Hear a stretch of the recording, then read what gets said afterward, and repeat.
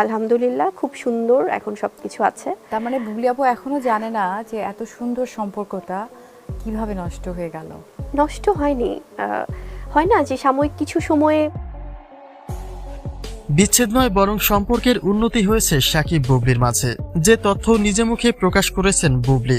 ছেলে হিসেবে বীরকেও যথাসম্ভব সময় দেওয়ার চেষ্টা করেন কিং খান। তবে কি পুরোপুরিভাবে সাংসারিক জীবনে ফিরে গেছেন তারা, এবং তাদের মধ্যে ঝামেলা পাকানোর মূল ব্যক্তি আসলে কে, সেই প্রসঙ্গেও বিভিন্ন তথ্য দিয়েছেন বুবলি।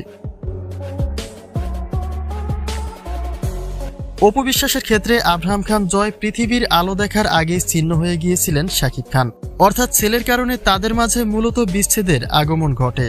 এবং সেই একইভাবে শেজাদ খান বীরকে প্রকাশ্যে তোলা মাত্রই বুবলির সাথেও পারিবারিক সম্পর্কটি ছিন্ন হয় শাকিবের।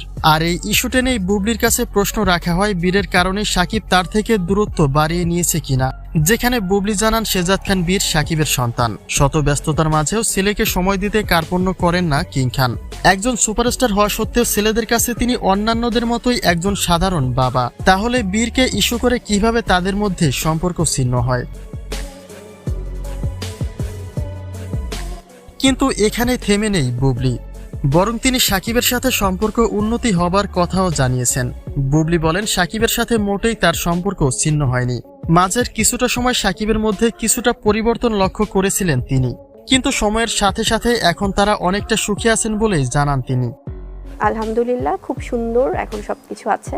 যদিও সাংসারিক প্রসঙ্গে কোনো রকম মন্তব্য করেননি বুবলি, তবে এতটুকু নিশ্চিতভাবে জানিয়েছেন যে আগের তুলনায় অনেকটা দূরত্ব কমেছে সাকিবের সাথে। একই সময় সাকিবের সেই চলে যাওয়া সম্পর্কেও মুখ খুলেন তিনি। বুবলি বলেন সাকিবকে তিনি আজও পুরোপুরিভাবে বুঝতে সক্ষম নয়। সাকিব কেন তার সাথে সম্পর্ক নষ্ট করেছিল তাও তার বোধগম্য নয়। মাঝে মাঝে আমি কথাটা এর আগেও বলেছি যে আমি ওনাকে অনেক সময় মেলাতে পারি না, যে এই মানুষটাই যখন আমি হয়তো দেখছি সামনে, যে এই মানুষটা কি সেই মানুষটা যেভাবে বলেছিল। তবে বর্তমান সময়ের প্রেক্ষিতে সাকিবের প্রতি কোনো অভিযোগ নেই বুবলির, যা তিনি সরাসরি জানিয়ে দিয়েছেন।